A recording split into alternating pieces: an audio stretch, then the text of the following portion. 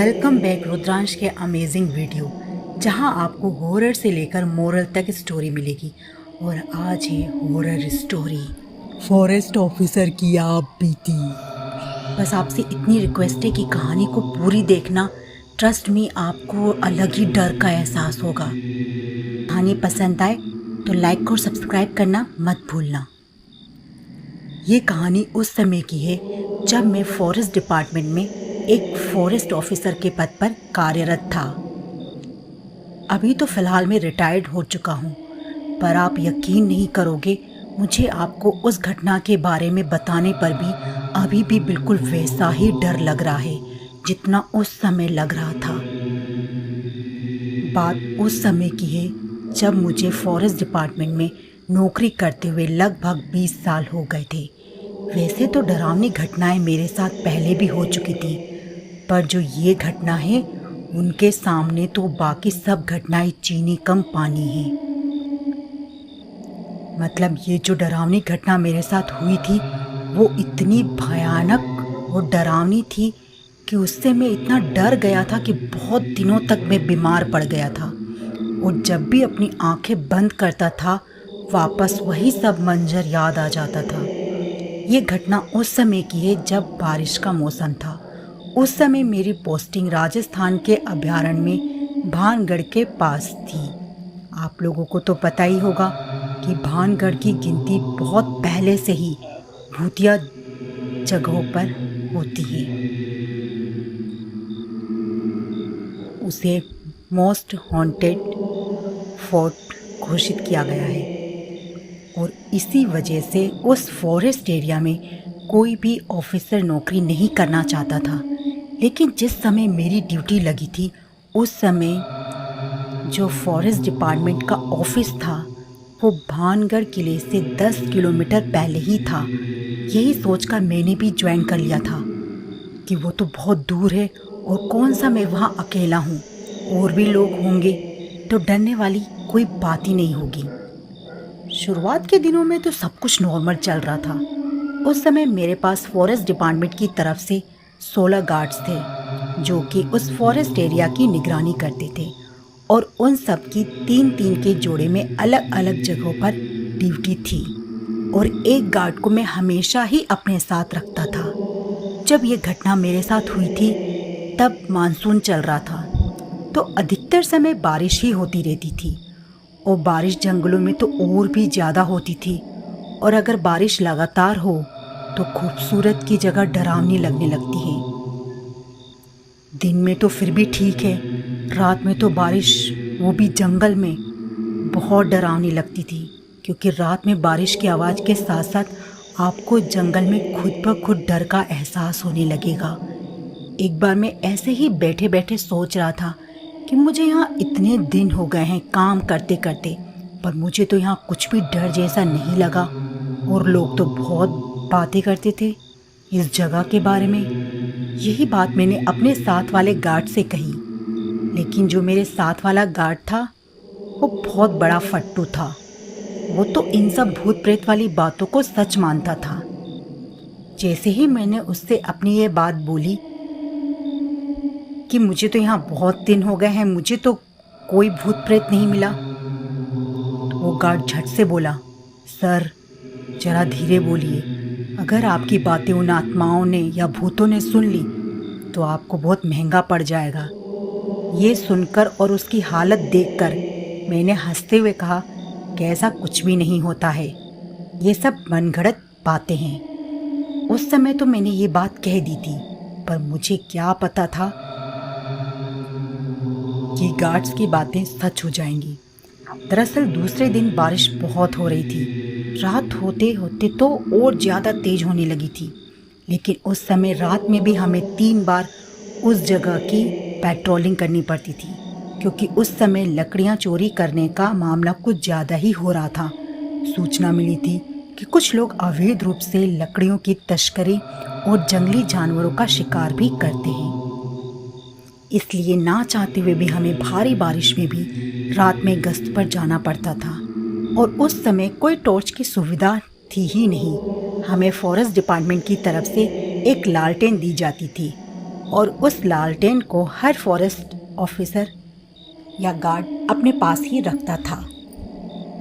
इसलिए हम सभी अपनी लालटेन को दिन में साफ करके रख लेते थे, क्योंकि रात में वही एकमात्र सहारा होती थी। उस रात को मैं और मेरे साथ वाला जो गार्ड था अपने ऑफिस से रात के 10 बजे निकले थे। हमने रात के 12 बजे से पहले एक राउंड लगाकर वापस आने का तय किया था। तो हम दोनों अपने अपने हाथों में अपनी अपनी लालटेन लिए निकलते हैं। आगे आगे मैं चल रहा था और मेरे पीछे पीछे मेरा वो गार्ड चल रहा था। हम लोग भीगते हुए जंगल के रास्ते से निकल रहे थे।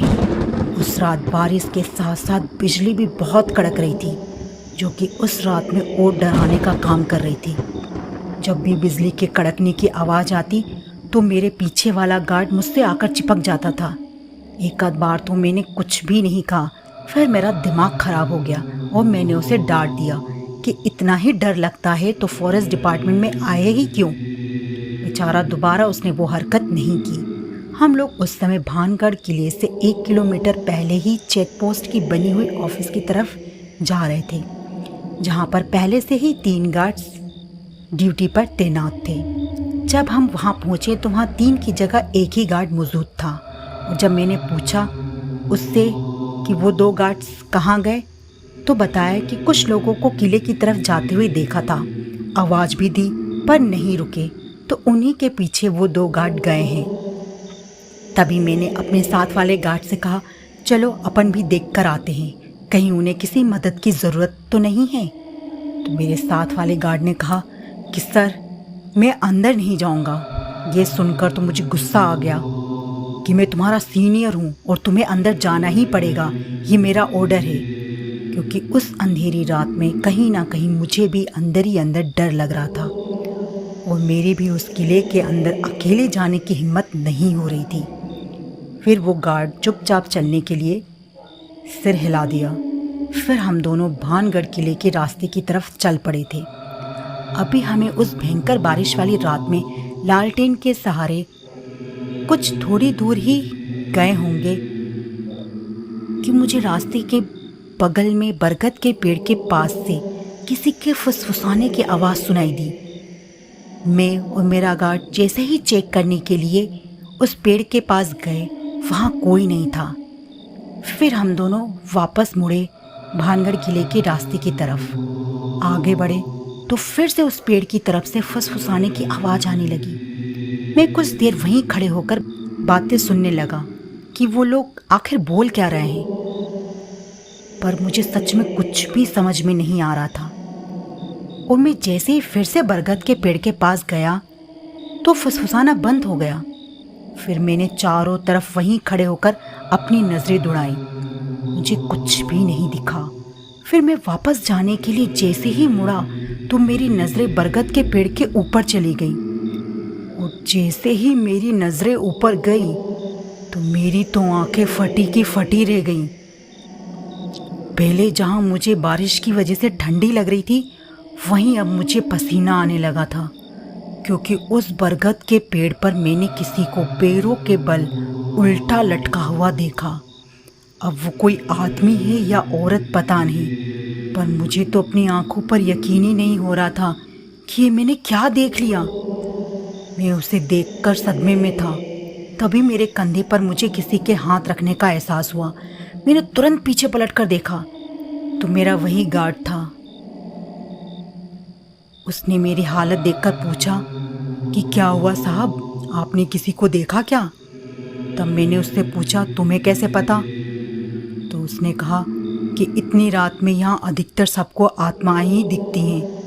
तब मैंने उससे पूछा कि क्या तुम्हें पेड़ के ऊपर कोई दिख रहा है?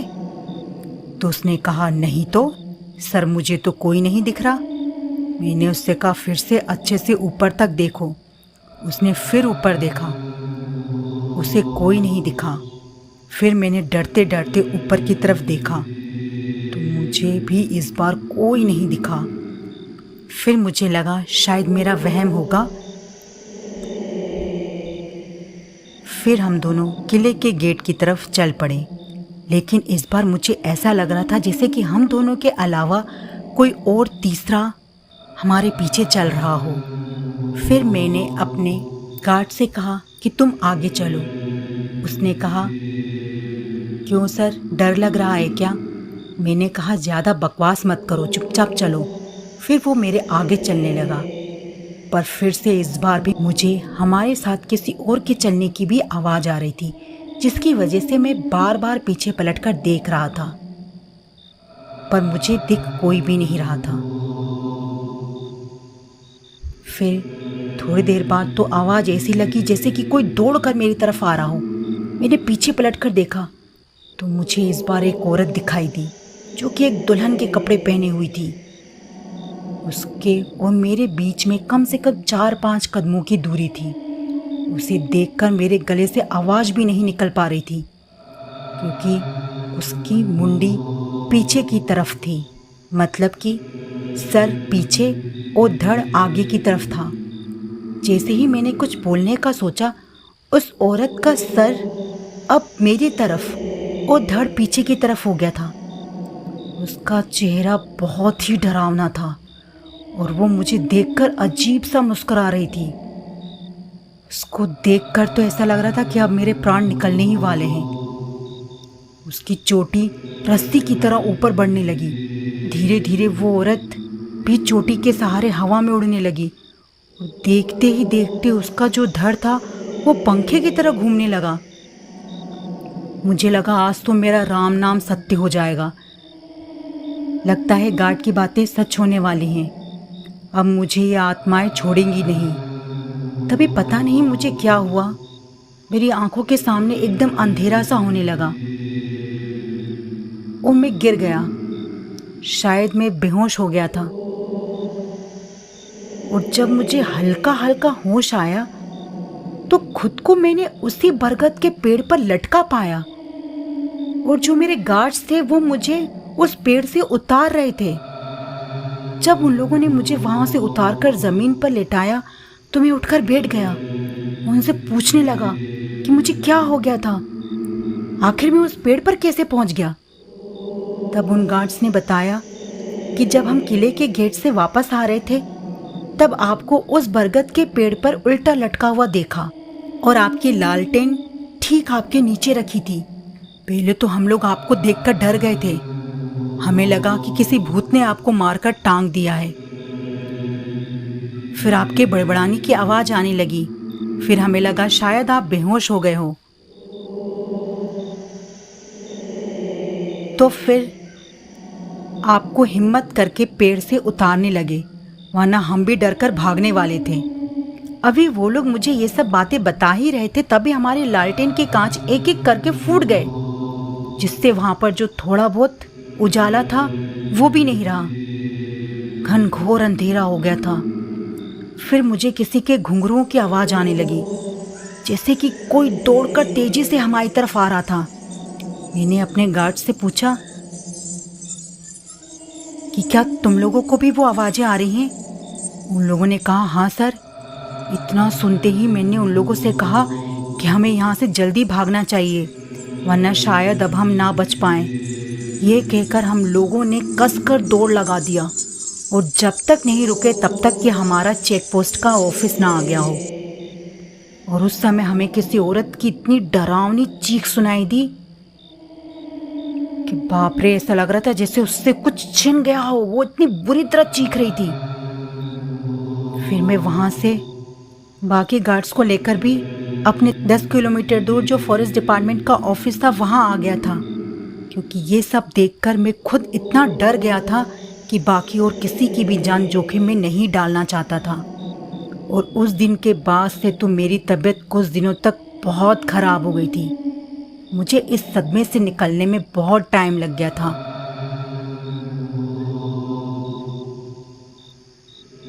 आपको ये कहानी कैसी लगी, फॉरेस्ट ऑफिसर की भूतिया कहानी? कमेंट करके ज़रूर बताना।